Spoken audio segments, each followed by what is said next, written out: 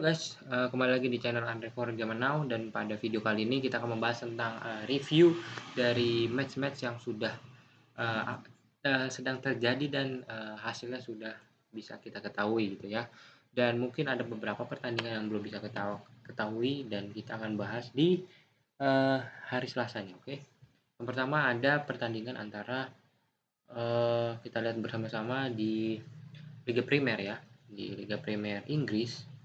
Ya, tentunya yang sudah ada hasilnya itu antara eh, bisa kita lihat ya bahwa di sini ada saat ini masih berlangsung ya pertandingan antara Watford versus Arsenal, di mana Arsenal eh, dengan mengungguli 2-1 ya atas Watford, dan ini masih sedang menjalani babak keduanya ya.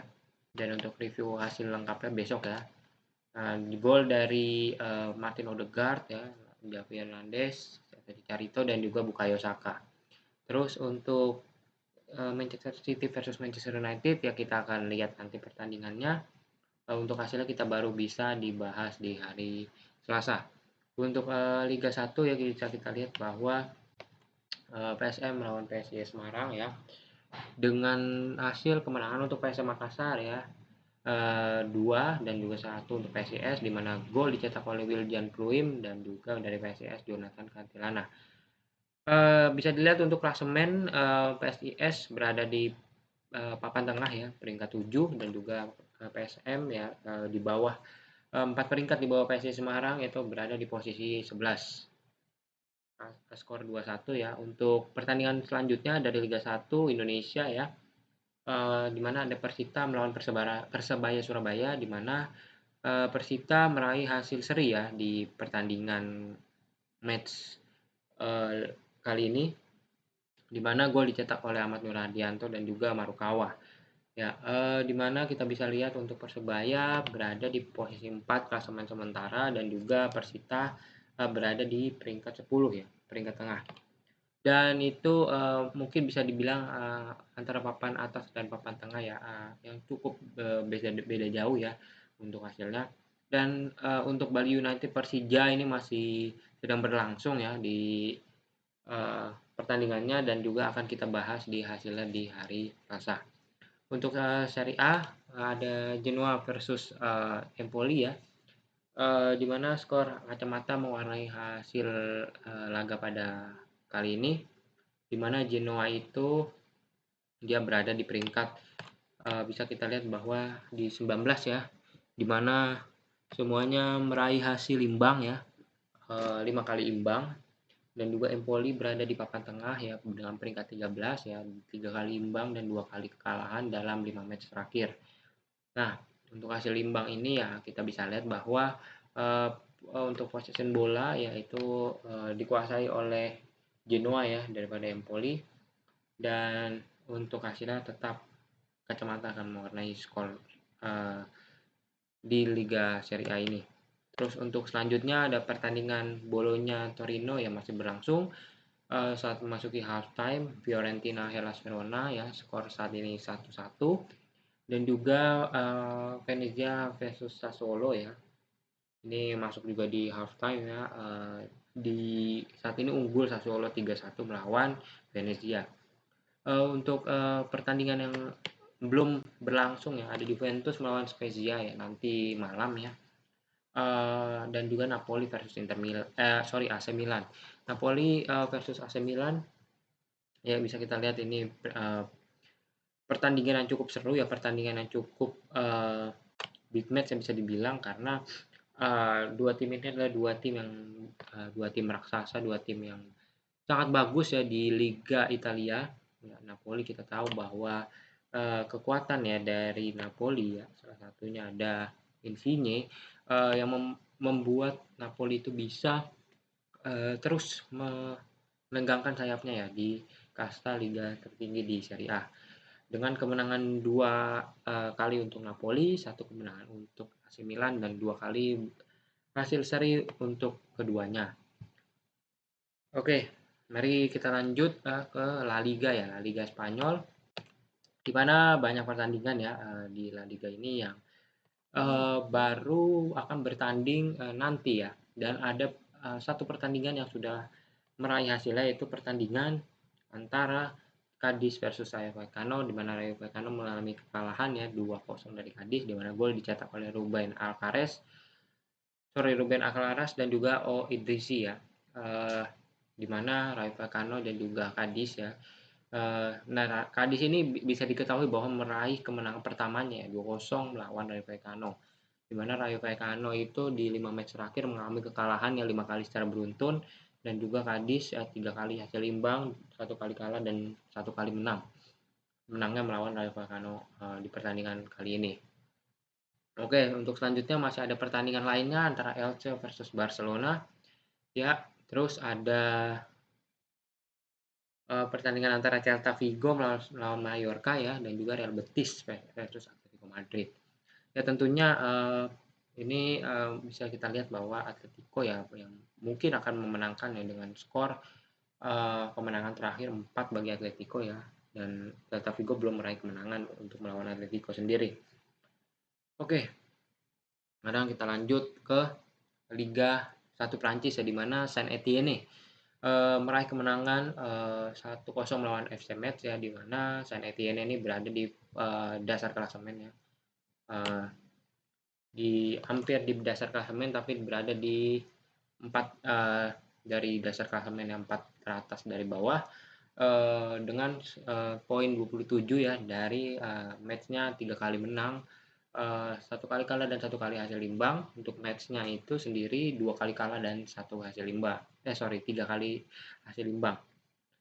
Seperti itu, jadi Saint Etienne menang hanya skor dengan skor tipis ya, gol dicetak oleh De Bounganga ya di menit 52. Lalu lanjut untuk pertandingan yang masih berlangsung saat ini ya, ada Girondins ya melawan AS Troyes ya. Saat ini AS Troyes mengguli di halftime ya melalui gol dari Poussin ya. Gol bunuh diri. Terus selanjutnya ada Nantes melawan Montpellier HSC, skor masih imbang kacamata ya di halftime.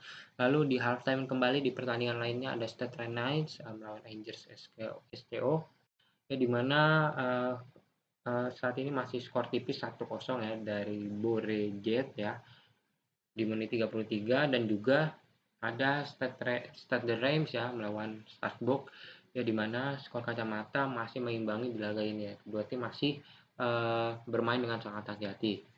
Oke, selanjutnya dari Liga Jerman ya, atau Bundesliga.